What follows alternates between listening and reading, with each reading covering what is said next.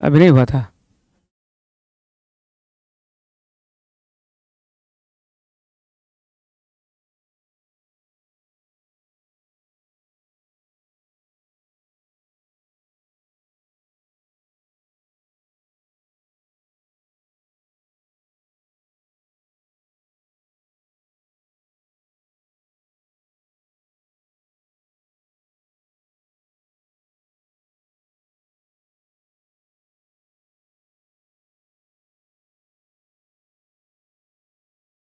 जय हिंद। जय हिंद एवरीवन, जय हिंद। क्या हाल, कैसे हैं सभी लोग? चलो, आई होप आप में से ज़्यादातर बच्चे क्योंकि रेगुलर क्लास में हो तो करंट अफेयर्स में अब जो है आप लोगों को अप्रोच बिल्कुल क्लियर हो रखा होगा, है ना? बच्चों, हम लोग हर दिन की तरह जो अपनी क्लास में जो अपना हम लोग का है, पहले थ्योरी पढ़ते हैं फिर उसके एमसीक्यूज देखते हैं, तो उसी क्रम को अभी हम लोग आगे बढ़ाएंगे। और आज की जो हमारी क्लास रहने वाली है बच्चों, आज की जो हमारी ये सेशन रहने वाली है, इसमें हम लोग देखने वाले हैं फरवरी माह का थ्योरी। और फरवरी में कुछ टॉपिक जो है वो बचा हुआ था, वहीं से हम लोग जो है स्टार्ट करेंगे, ठीक है?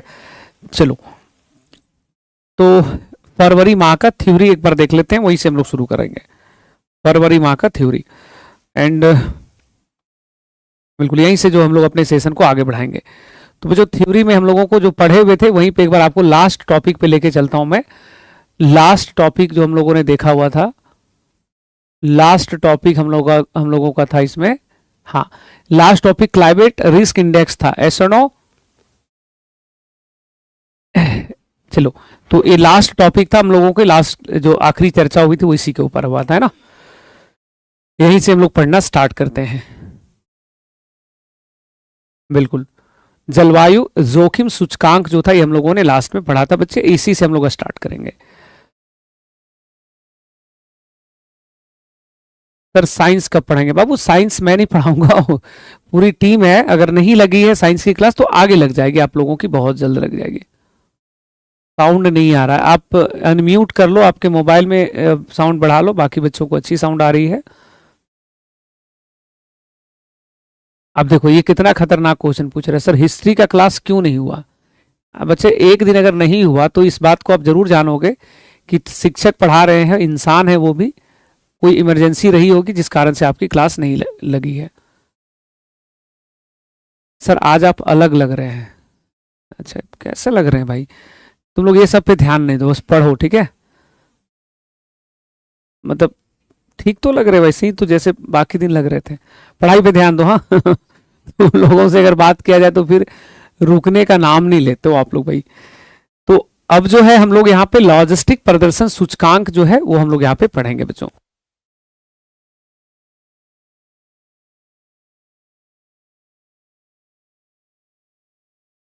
तो बिल्कुल, चलिए, तो बच्चों लॉजिस्टिक प्रदर्शन सूचकांक रिपोर्ट 2023, इसके बारे में हम लोग यहाँ पे पढ़ना स्टार्ट करते हैं।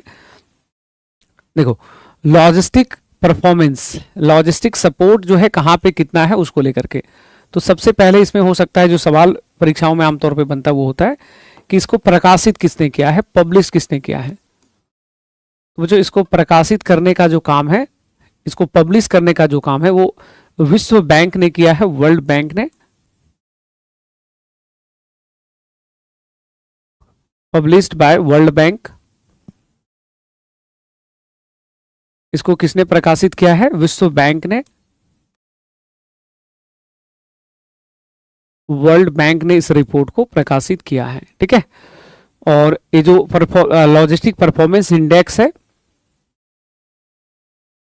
जो लॉजिस्टिक परफॉर्मेंस इंडेक्स है बच्चे, उसमें से हम लोग देखेंगे कि दुनिया के कौन से देश का क्या रैंक है ना? तो उसके बारे में हम लोग यहाँ पे चर्चा करेंगे। जैसे इसमें सबसे पहले इधर लिखते हैं शीर्ष देश, टॉप कंट्रीज, शीर्ष देश, दुनिया के कौन से देश हैं जहां पे लॉजिस्टिक सपोर्ट सबसे बेस्ट है। तो जो शीर्ष देश में जो हम लोगों ने सबसे पहला स्थान, जो दुनिया का नंबर 1 पहला जो कंट्री है, उस देश का नाम है, उस देश का नाम है सिंगापुर। देश का नाम क्या हो जाएगा इसमें? सिंगापुर। सबसे बेस्ट लॉजिस्टिक सपोर्ट सिंगापुर का। दूसरे स्थान पे जो देश है बच्चे उसका नाम है फिनलैंड। फिनलैंड और तीसरे स्थान पे हो जाएगा डेनमार्क। तीसरे स्थान पे क्या है? डेनमार्क। ठीक है, तो टॉप 3 में ये कंट्रीज हैं। टॉप 3 में दुनिया का जो सबसे जो बेस्ट जो लॉजिस्टिक सपोर्ट वाला जो संस्था है उसका नाम क्या है? सिंगापुर। नाम क्या बच्चे उस देश का? सिंगापुर। ठीक है,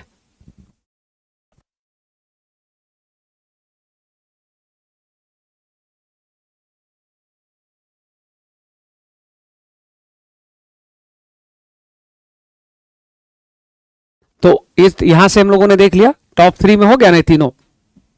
टॉप 3 में यहां पे हो गया। अब बच्चे तीनों देखिए, सिंगापुर हो गया, फिनलैंड हो गया, डेनमार्क टॉप 3 में। अब हम लोगों को इंडिया के बारे में जानना है कि भारत का स्थान क्या है। तो जो भारत के बारे में भी आपसे पूछा ही जाएगा इसमें। तो भारत का जो स्थान है वो है 38 रैंक पे। भारत का स्थान क्या है? 38। और इंडिया जो है वो 6 अंकों का सुधार हुआ है, यानी कि जो पुराना 6 रैंक का सुधार, यानी कि जो पुराना रैंक था भारत का वो कितना था बच्चे? तो वो रैंक था 44th रैंक था हमारा, 44 नंबर पे था। और अब जो है भारत का रैंक सुधर कर हो गया है 38 नंबर पे। इंडिया किस नंबर पे आ गया है? 38 नंबर पे। इसी इंडेक्स में दुनिया के कुछ और भी देशों के नाम हैं जिसका सबसे खराब प्रदर्शन है। तो टॉप फ्रॉम दी बॉटम, यानी कि खराब प्रदर्शन किसका है? तो बच्चों इसमें सबसे खराब जो प्रदर्शन करने वाले देश है उसमें से 3 देशों का नाम हम लोग देखेंगे। 136, 136, 37 और सॉरी 137, 38 और 39। 137, 38 और 139। ठीक है, ये 3 देशों का नाम देखेंगे हम लोग। जैसे 137, 38 और 39 सबसे खराब जो है सोमालिया, अफगानिस्तान और लीबिया का है। सोमालिया, अफगानिस्तान,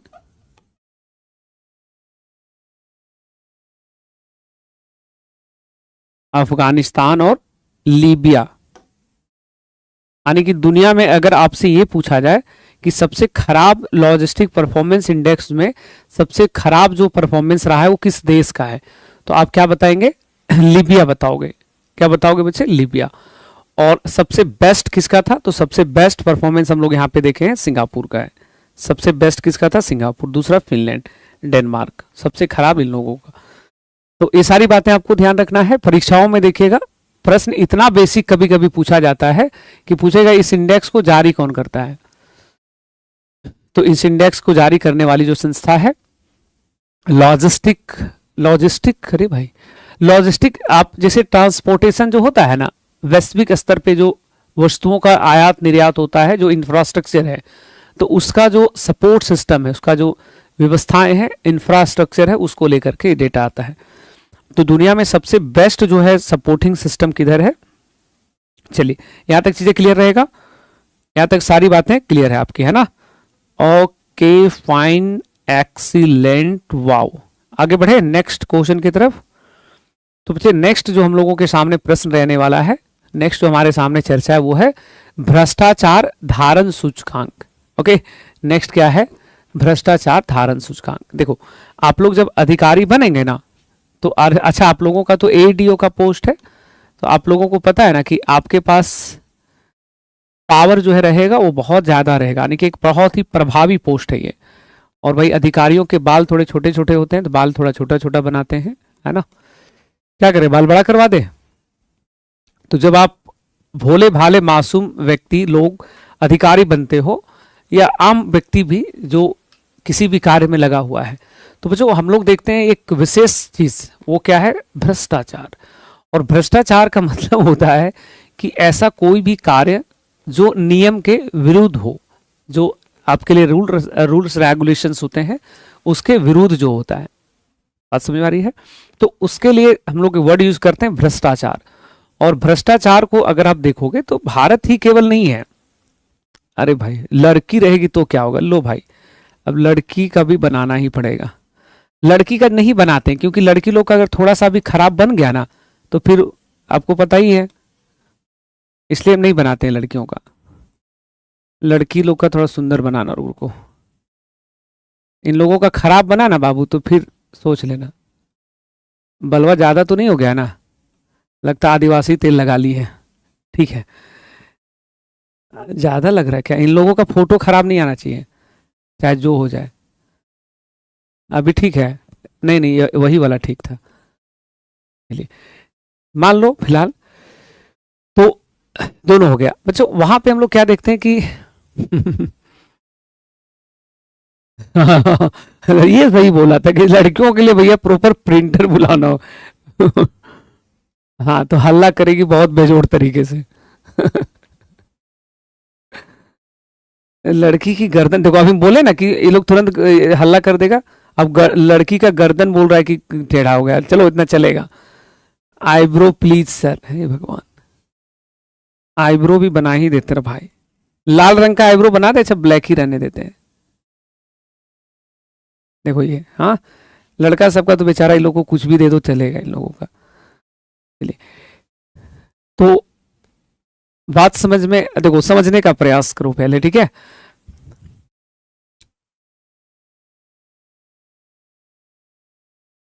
तो अब समझने का प्रयास करें। तो बच्चों, भ्रष्टाचार जो है केवल भारत के लिए नहीं, पूरी दुनिया के लिए एक बहुत बड़ी समस्या है। और हर साल भ्रष्टाचार पे एक बहुत ही एक बड़ा ही एक ऐसा रिपोर्ट है जिसको काफी परीक्षाओं में सवाल भी पूछा जाता है। तो उससे रिलेटेड चीजों को हम लोग यहाँ पे देख रहे हैं। देखिए, अब इसको हम लोग पहले, सबसे पहले देखेंगे यहाँ पे बच्चे कि इसका प्रकाशन किसने किया है, इसको जारी किसने किया है, इसको पब्लिश किसने किया है। पहले तो हम लोग इस चीज को यहाँ पे देखेंगे। तो बच्चों, इसको प्रकाशित करने का जो काम है, इस रिपोर्ट को प्रकाशित करने का जो काम है, वो किसने किया है। तो बच्चों, इसको प्रकाशित कर, सारा चीज ऐसी पीडीएफ में हो जाएगा। इसको यहां से मिटा देते हैं। भाई आप लोगों का फोटो मिटा दे रहे हैं, दुखी मत होना, कोई बात नहीं, दोबारा से बना लेंगे। आप अब आईना होगा ना, उसमें देख लेना, आप ही तो हो इसमें। तो इसमें जो सबसे पहले पब्लिश किसने किया है, report publish by which organisation. तो जो इस रिपोर्ट को पब्लिश जो करती है, उस संस्था का नाम है, this report is prepared publish by. संस्था का प्रकाशन किसने किया रिपोर्ट का, तो इसका प्रकाशन किया गया है, इसका प्रकाशन किया गया है ट्रांसपेरेंसी इंटरनेशनल नाम की संस्था द्वारा। Transparency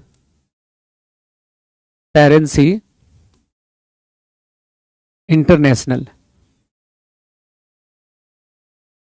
transparency international, Hindi English दोनों में एक ही नाम है, इंटरनेशनल। संस्था का नाम क्या है, ट्रांसपेरेंसी इंटरनेशनल।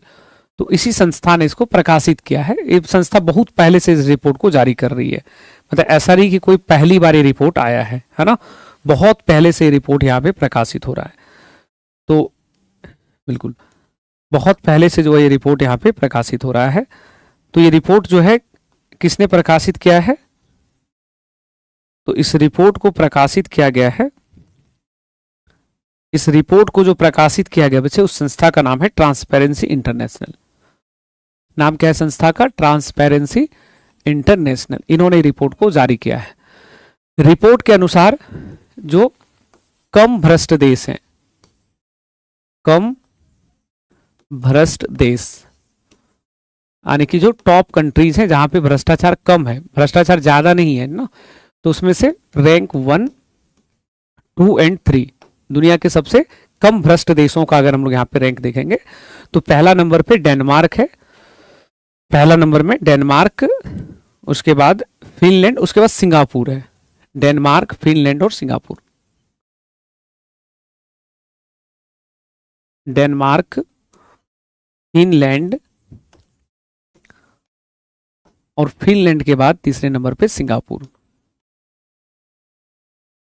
तीसरे नंबर पे कौन है, तो सिंगापुर। दुनिया में सबसे कम भ्रष्ट देश यही है। और इसी सीक्वेंस को बच्चों और आगे हम लोग बढ़ाएंगे। अच्छा, इतना जगह है तो अच्छे से लिख लेते हैं। इसी सीक्वेंस को अगर और आगे बढ़ाएंगे तो दुनिया में सबसे अधिक जो भ्रष्ट देश हैं, यहीं पे थोड़ा सा और लिख लेते हैं। तो दुनिया में सबसे अधिक जो भ्रष्ट देश है उसमें से 179 और 178, 179 एक है सोमालिया, दुनिया का जो सेकेंड हाईएस्ट करप्ट कंट्री है, और 178 नंबर पे, 180 नंबर पे जो देश आता है 180, 180 नंबर पे वो है दक्षिणी सूडान।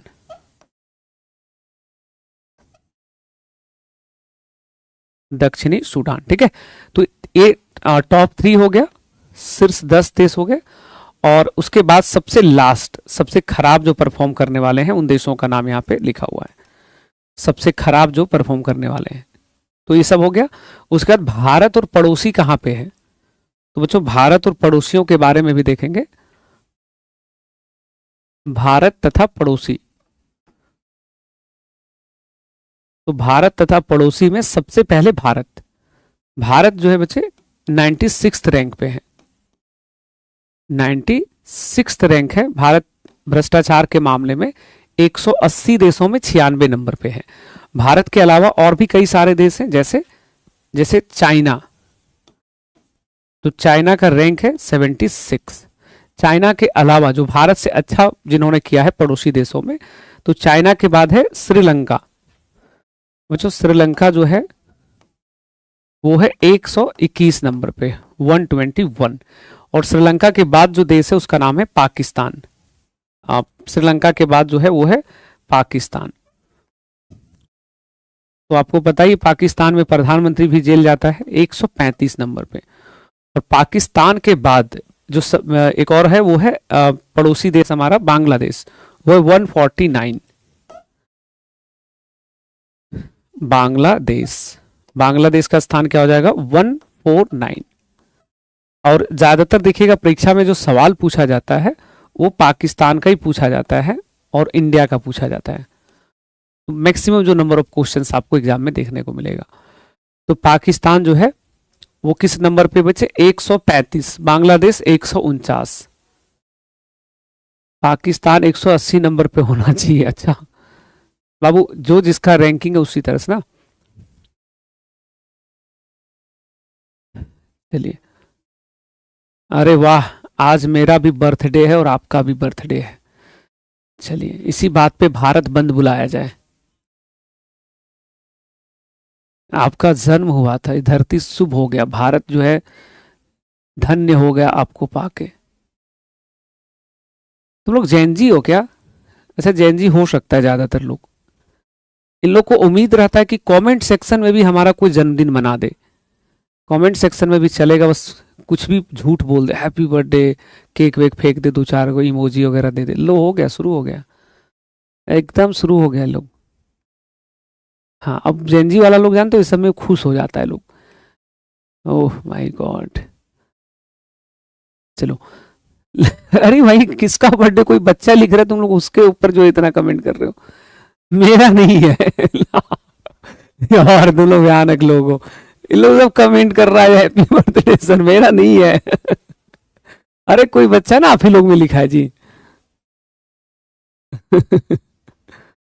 अरे नहीं है मेरा भाई, आज मेरा सितंबर में ही चला गया था, पिछले ही मंथ था हालांकि मेरा। चलो आगे आगे बढ़ते हैं। हाँ आगे बढ़ते हैं, नेक्स्ट देखोगे। नेक्स्ट बच्चे मखाना नॉमिक्स, ठीक है, मखाना के बारे में थोड़ा बात होगा। मखाना नॉमिक्स पे हम लोग बात करते हैं थोड़ा, मखाना के ऊपर थोड़ी सी चर्चा करनी पड़ेगी, है ना, मखाना के ऊपर थोड़ी चर्चा करनी पड़ेगी। चलिए, तो मखाना के बारे में हम लोग यहाँ पे जल्दी से देखते हैं बच्चे। आप थोड़ा सा बंद कर दीजिए सब चीजें कमेंट सेक्शन को। मखाना नॉमिक्स बच्चों 2 शब्द लिखा हुआ है, शब्द क्या है, एक है मखाना, फॉक्सनेट भी कहते हैं इसको, और दूसरा शब्द है इकोनॉमिक्स। इकोनॉमिक्स, तो दोनों को जो मिला दोगे तो एक शब्द बनता है, उसको बोलते हैं मखाना नॉमिक्स। क्या बोलते हैं, मखाना, मखाना नॉमिक्स कहते हैं। क्या बोलते हैं बच्चे, मखाना नॉमिक्स। तो ये जो मखाना नॉमिक्स है ये बेसिकली इस बात को इंगित करता है कि हाल में मखाना को सरकार के द्वारा जो है मखाना बोर्ड की स्थापना करना, या उसको लेकर के जो तमाम चर्चाएं जो हुई हैं, बिल्कुल उसके बाद जो है मखाना को लेकर के तमाम बातें। तो मखाना नॉमिक्स में हम लोग यहाँ पे 2-3 चीजें देखेंगे ना, स्टेप बाय स्टेप। जैसे सबसे पहला कि पहली जानकारी क्या है कि बजट, यूनियन बजट है ना, संघीय बजट, यूनियन बजट 2025-26 2025-26 मखाना बोर्ड स्थापना की घोषणा की गई है। मखाना बोर्ड स्थापना की घोषणा की गई है। स्थापना की घोषणा की गई है।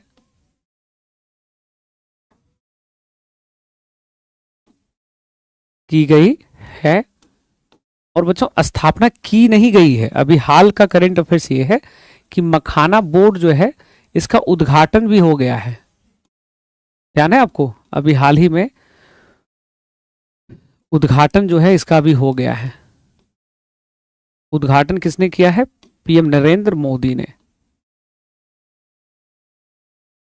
पीएम नरेंद्र मोदी ने उद्घाटन भी किया है। कहां पर उद्घाटन हुआ बच्चे? जब स्थान कौन सा था?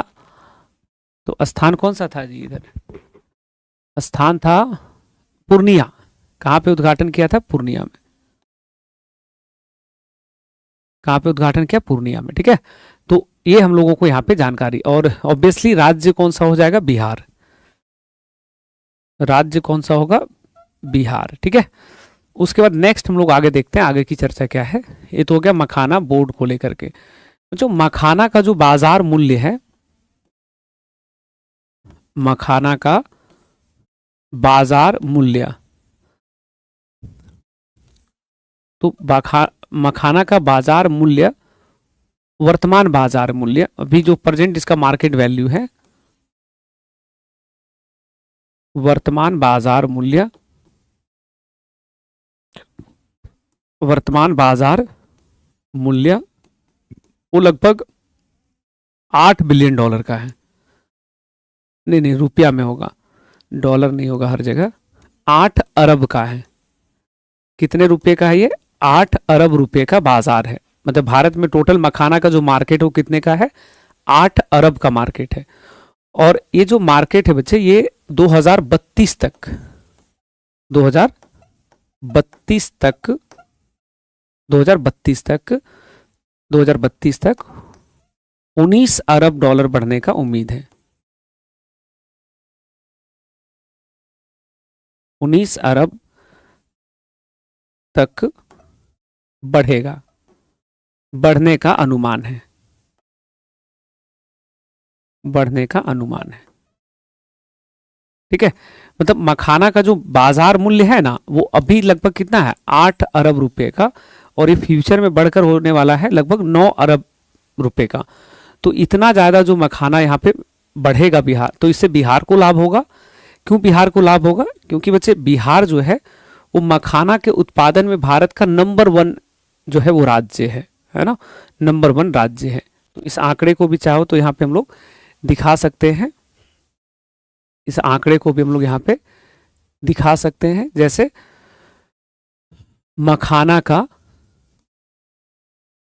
मखाना उत्पादन बिहार का योगदान जो है, मखाना उत्पादन जो है बिहार का जो कंट्रीब्यूशन है, बिहार का योगदान, वैसे बिहार का योगदान लगभग 85% का है। कहीं 85, कहीं 89 भी लिखने को मिलेगा। ज्यादातर आधिकारिक वेबसाइट पे 85% का लगभग है। यानी कि भारत में मखाना जो उत्पादन होता है उसमें 85% मखाना कहाँ पे है? तो बिहार में। और मखाना जो है उसका कुल जो कृषि क्षेत्र है, मखाना की जो खेती होती है, तो मखाना का जो कुल कृषि क्षेत्र है वो लगभग पूरे भारत में 35,000 हेक्टेयर है।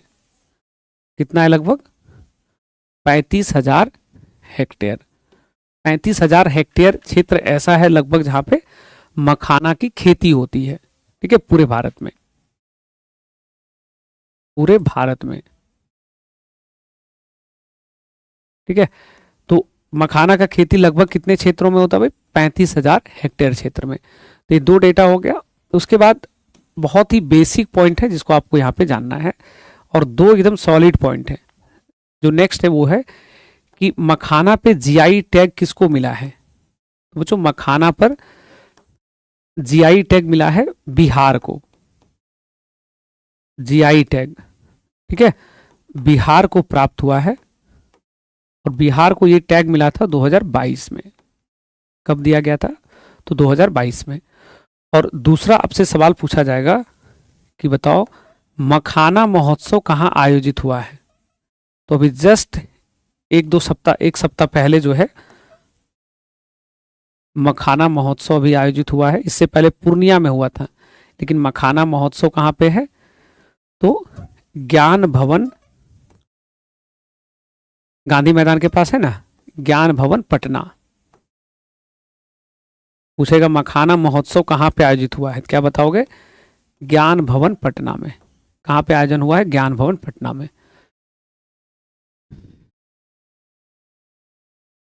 ज्ञान भवन पटना में, ठीक है। नहीं नहीं, बैंगलोर में जो हुआ था बाबू वो अलग, अब इधर दूसरा आपको ध्यान रखना है। ज्ञान भवन पटना में। और उद्घाटन किसने किया था? शिवराज सिंह चौहान ने। उद्घाटन किसने किया था? उद्घाटन शिवराज सिंह चौहान।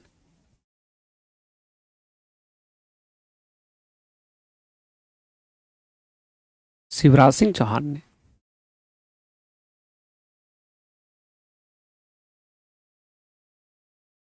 चलिए यहां तक चीजें क्लियर है ना। मखाना, मखाना बच्चों बहुत हेल्दी खाना होता है, नहीं? अभी जाइएगा ना, अगर इधर दिल्ली मुंबई में अभी बहुत पॉपुलर हो गया है। अभी किसी के यहाँ जाइएगा तो देखिएगा लोग बोलेगा फॉक्सनट ला देते हैं ना ब्रेकफास्ट में, और बहुत ही हेल्दी चीज़ है, मतलब इसको जो है खाना चाहिए रेगुलर बेसिस पे। तो मखाना काफ़ी अच्छा। इसमें भी नियम है, मखाना का जो निर्यात होता है ना ज़्यादातर वो ना विदेशों में हो जाता है। मखाना का जो निर्यात है, एक्सपोर्ट जो होता है वो इंडिया के बाहर ज़्यादा होता है। जो बेस्ट क्वालिटी का ग्रेड ए का मखाना है वो इंडिया में नहीं मिलेगा आपको। बिल्कुल। बोल रहा बच्चा महोत्सव में क्या होता है? बाबू महोत्सव में क्या होता है? महोत्सव में यही होता है कि मखाना को प्रमोट किया जाता है। मखाना कैसे बनता है, कितने प्रकार का होता है, उसके खाने से क्या लाभ है, तो उसको लेकर के एक मेला है, समझ लो। वहां पे बस मखाना को प्रमोट किया जा रहा है। बहुत महंगा मिलता है। देखो ये इसके पीछे वजह क्या है ना, इतना महंगा इसलिए मिलता है क्योंकि इसको अमेरिका खाता है, और अमेरिका जो भी चीज खाता है वो महंगा होता है। जो भी चीज अमेरिका खाएगा वो सब चीज हमेशा दुनिया भर में महंगा मिलेगा। तो इंडिया से ज्यादातर चीजें जो है वो एक्सपोर्ट होता है अमेरिका को।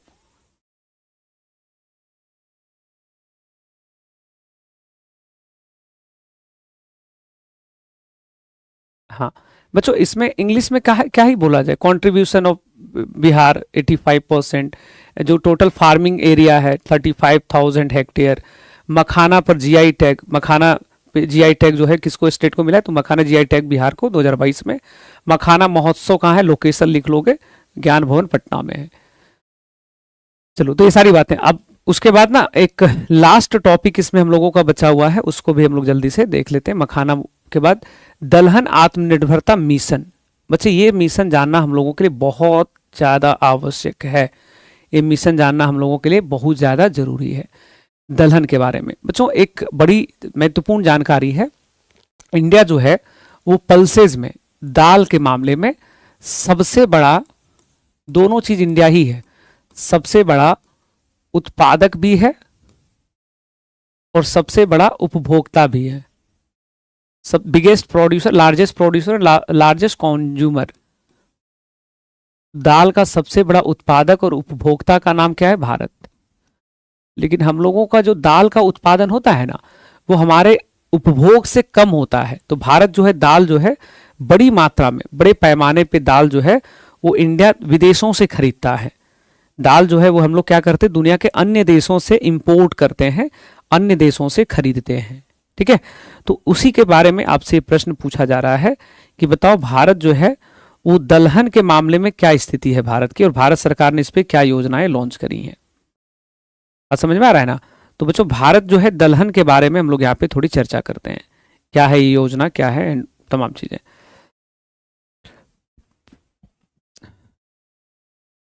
चलिए तो इसमें जो देखोगे सबसे पहला होगा कि इस मिशन को लेकर के, है ना, दलहन आत्मनिर्भरता मिशन। तो जो इस मिशन की घोषणा कहाँ हुआ है, तो बजट में हुआ है। केंद्र सरकार की योजना जो है, बजट, यूनियन बजट 25-6 में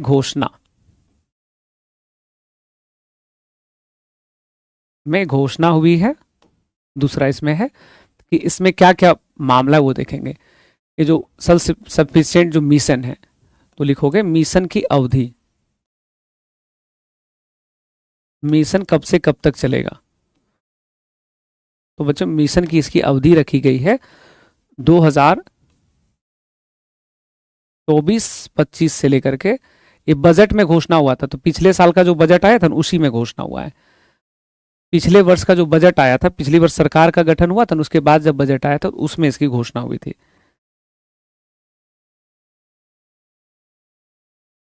तो इसमें जो हम लोग देखेंगे बजट में इसकी घोषणा, बजट इसमें भी घोषणा हुआ है। जस्ट अ सेकेंड, इसको मैं 2 बार काट दिया, बेसिकली हमको यहाँ पे करना चाहिए था। 25-26 में घोषणा है। और इसकी जो योजना की अवधि जो है, एक इसका जो टेन्योर होगा, कितने दिनों तक ये मिशन चलेगा, तो बच्चों इसका टेन्योर है 6 ईयर्स तक, 6 वर्षों तक। कब तक ये योजना चलेगा? 6 वर्षों तक। और 6 वर्षों तक कब तक भाई? तो 2030-31 तक। योजना कितने दिनों तक? 2030-31 तक। अभी बीपीएससी के परीक्षा में भी ये सवाल आया हुआ है। तो 30-31 तक जो है योजना चलेगा। अभी प्रॉपर एग्जाम में प्रश्न आया है, वहां पे वर्ष तक पूछा हुआ है। अभी ध्यान रखेंगे इसको। 6 ईयर्स जो है, हिंदी में जो बच्चे लिख रहे हो 6 ईयर्स, 6 वर्षों तक। एग्जैक्ट वर्ष तक ही लिखा हुआ, कितने सालों तक के लिए। तो 6 वर्षों के लिए है। इसमें बजट क्या है, इसमें पैसे कितने खर्च होंगे, तो बच्चों इसके लिए जो बजट रखा गया है, जिसमें जो पैसे रखे गए हैं, वो इसमें है 11,000 लगभग 440 करोड़ रुपया। कितना करोड़ है? 11,440 करोड़ रुपया। ये इसका बजट का साइज है।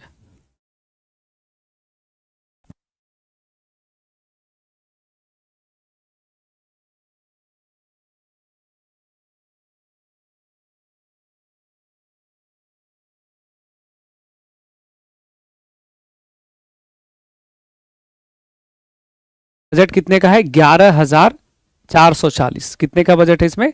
11,440। उसके बाद लिखना जो फोकस है, तो ऐसे तो पल्सेस पे है, लेकिन मुख्य जो फोकस होगा, मेन फोकस, मुख्य फोकस, तो बच्चों मुख्य फोकस जो रहने वाला है वो केवल 3 ही दालों में रहने वाला है। ये प्रश्न आ चुका है परीक्षा में, ध्यान से इस प्रश्न को करना। हाँ, अभी बीपीएससी 71वीं में भी शायद ये सवाल रहा था, तो उसमें प्रॉपर नाम तक लिख के पूछा है। नहीं, एएसओ वाले एग्जाम में सवाल में रहा है। अभी जो बीपीएससी ने एएसओ लिया था ना 11 सितंबर को, उसमें पूछा है सेम प्रश्न। वहां पे भी लिखा हुआ है 6 वर्ष के लिए था, और दाल का नाम लिखा हुआ है। तो दाल का नाम जो है वो है, इसको हम लोग बोलते हैं तूर कहते हैं ना, तूर कहते हैं या फिर अरहर कहते हैं। तो अरहर का जो दाल होता है उसको फोकस में रखा गया है, उड़द को रखा गया है, और मसूर को रखा गया। 3 दाल है जिसको फोकस में रखा गया है। 3 दाल है। हाँ, मसूर है, अरहर है, बेसिकली उसको तूर का भी दाल कहते हैं ना। तो 3 दाल है, दलहन है, जिसको इसमें मेन रूप से, मुख्य रूप से फोकस किया गया है।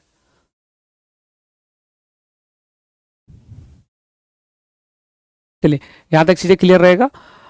अब ये सारी बातें, हाँ, तो बस इसमें पैसा कितना खर्च होगा वो देख लो, 11,440 करोड़।